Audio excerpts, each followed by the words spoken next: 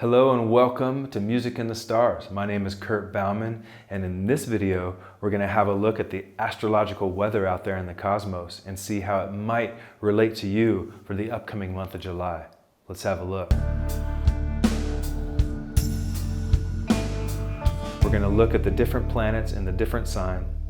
We're going to look at which ones are retrograde, and I'm also going to point out a few key days to look at, which I'm going to term magic days, because I'm looking at the planet Mercury and the different aspects, the major aspects it might be having with the outer planets.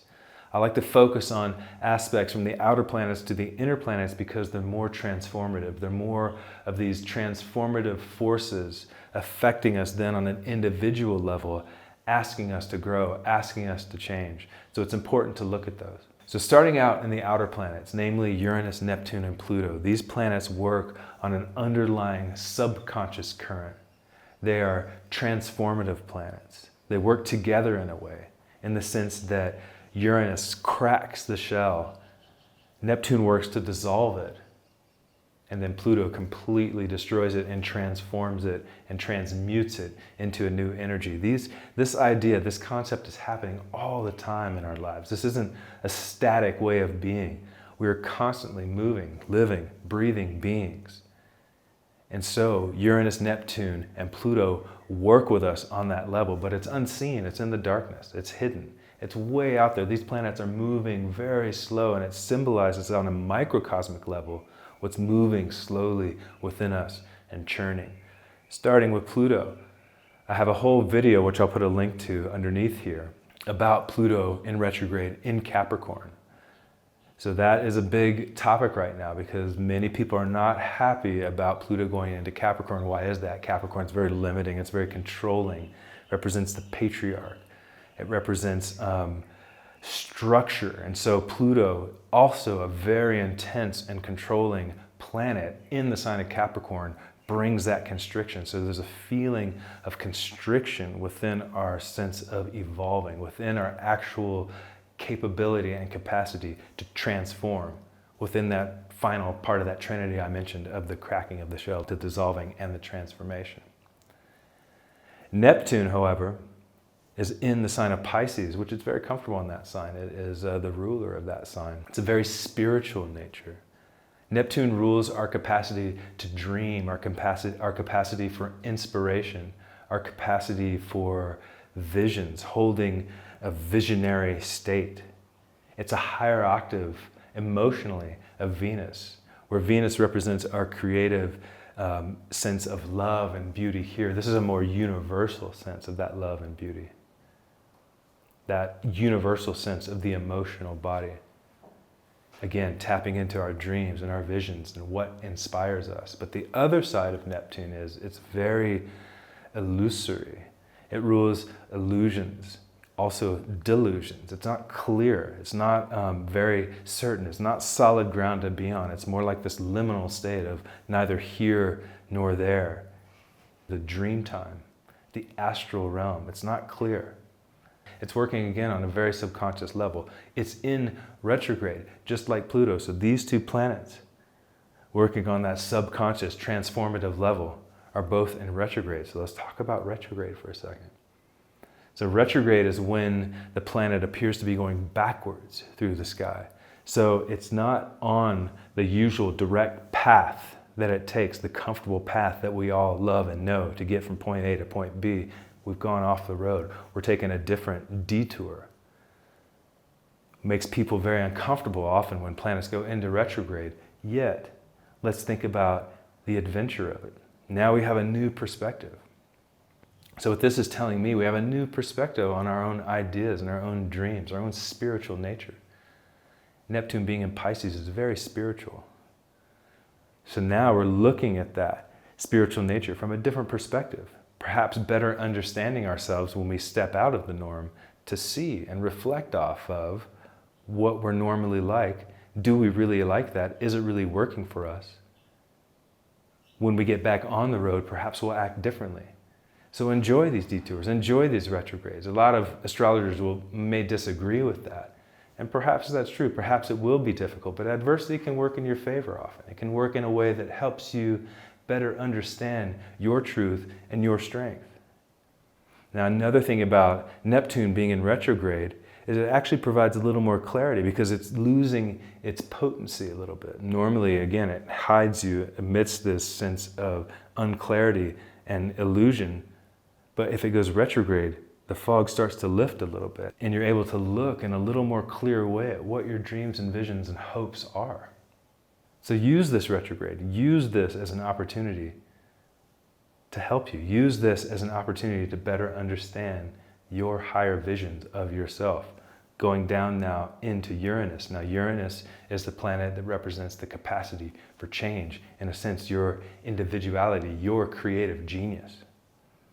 In the tarot, it's represented by the Fool card. Again, creative genius, life breath, life force energy that comes down to be made manifest in this realm. It's a higher octave of Mercury, connects you to the Magician card, Mercury being the mind, the intellect. This is the higher octave of that. So it still works with the mind and the intellect, but on a very high creative genius level that can be shocking sometimes. Perhaps it's a flash of inspiration. This is what cracks that shell.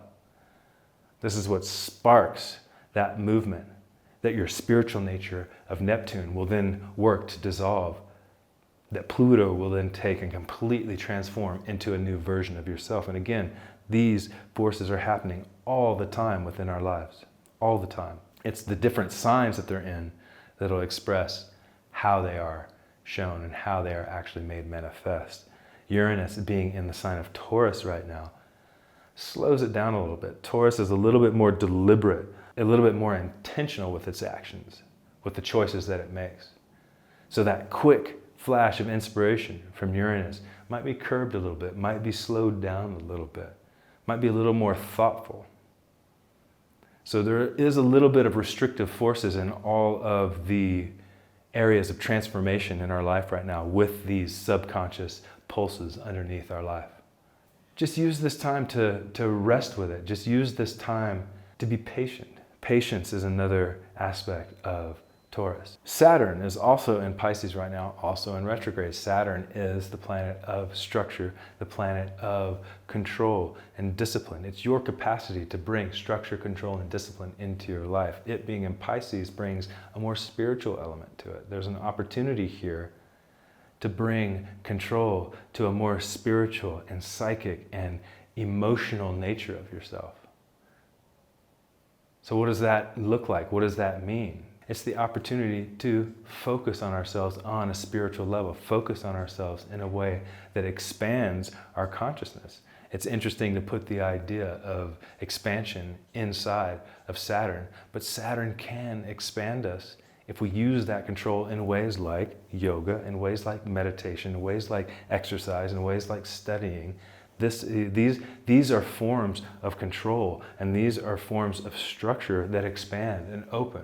So use that. Use this opportunity of Saturn being in Pisces as a form to access your capacity to control your spiritual nature and control your vision and your path forward that expands. Speaking of expansion, we move now into Jupiter, who is in Taurus. Jupiter is the capacity to expand beyond the confines of life, to expand into a more abstract way of thinking and envisioning life. It's in Taurus. So again, it does make it a little more focused, a little more reserved in a way, yet it's deliberate. It's with intention. Combine Jupiter and Saturn. Use Jupiter and Saturn with that control and that intention to expand, to move beyond the borders of the life. Now we bump down from the outer planets into the inner planets, which are more personal, which are more on an individual level.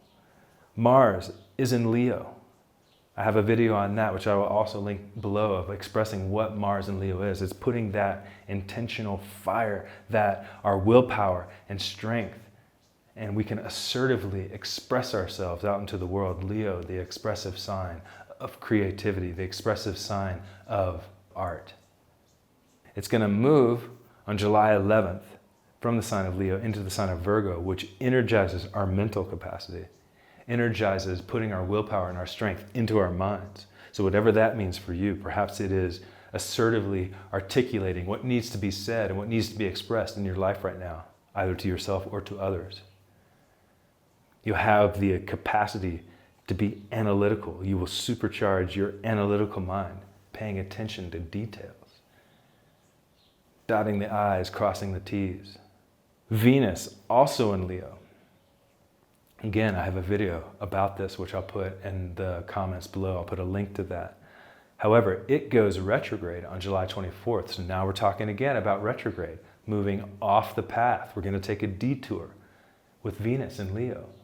So what could that mean? Our capacity to express our beauty, our love, the sweetness that we bring to the world through the sign of Leo, which is an expansive, expressive, wanting to be seen side. However, now we go retrograde. We move that inward. It could be a time to have more inner creativity. Instead of expressing that so loudly outward, we express it loudly inward. We take time in closed doors. And we work on our creative self more introvertedly, which is interesting. Do something like that in the sign of Leo, which is way more extroverted. So how can we be the extroverted introvert? What would that look like? Something to contemplate as Venus goes in retrograde again on July 24th. Mercury, which I want to talk a bit about Mercury. Mercury is the intellect, the mind.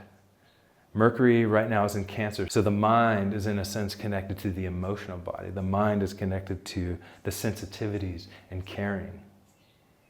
Using your intellect to care and nurture. It's going to move from Cancer into Leo on July 12th, which energizes what I was just saying before about Leo, the artistic self, the expressive self. You're going to be able to very much express your mind, creatively express the intellect. It could be through poetry, it could be through songwriting, it could be through whatever brings a sense of creative expression to your intellect, to your capacity to communicate.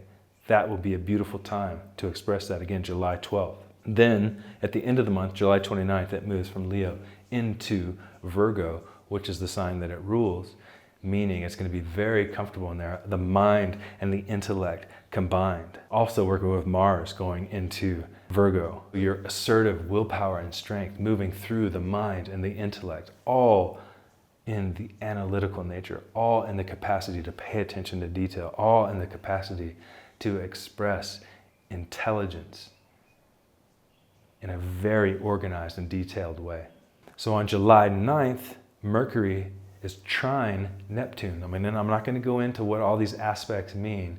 I'm not going to put diagrams up either because I find that confusing, but rather I'm going to just offer a suggestion in a way that you can practically apply what this means in your life.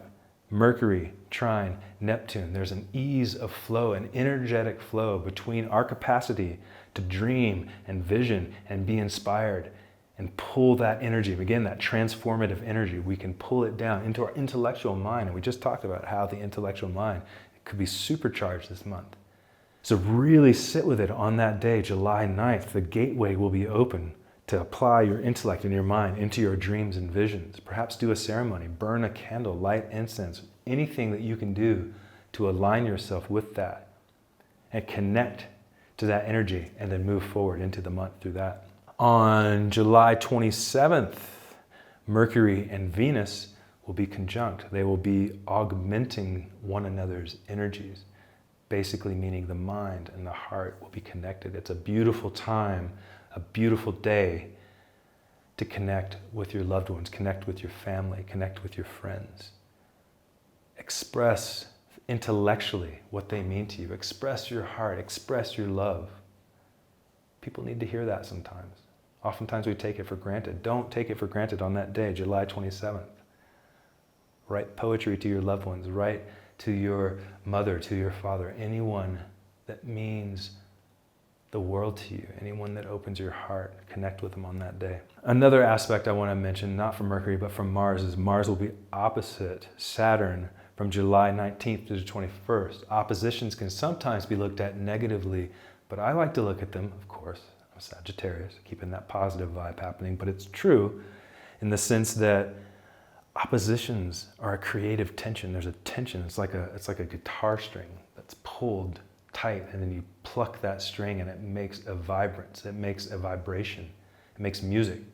This is music in the stars, and these these tensions between these planets create the music of the cosmos.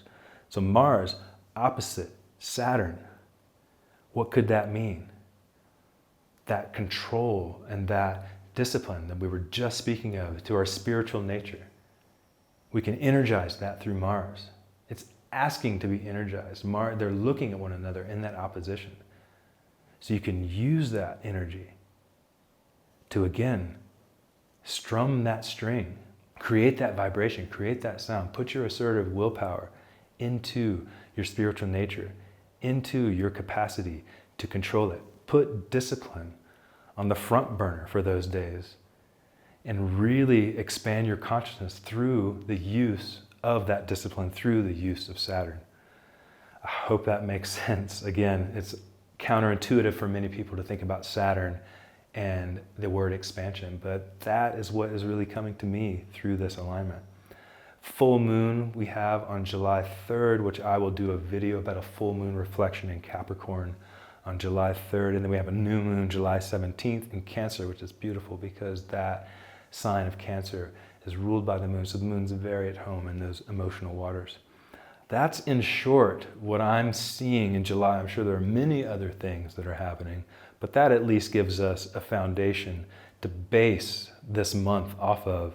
I hope you found this information helpful to your life. I speak this solely for us to contemplate. Really, my intention is to have you better understand the language of astrology, of what is happening out in the cosmos, so you can apply it practically in your own life and respond as situations come up in a way that's in harmony with nature, in harmony with what's happening around you. Please subscribe to my channel.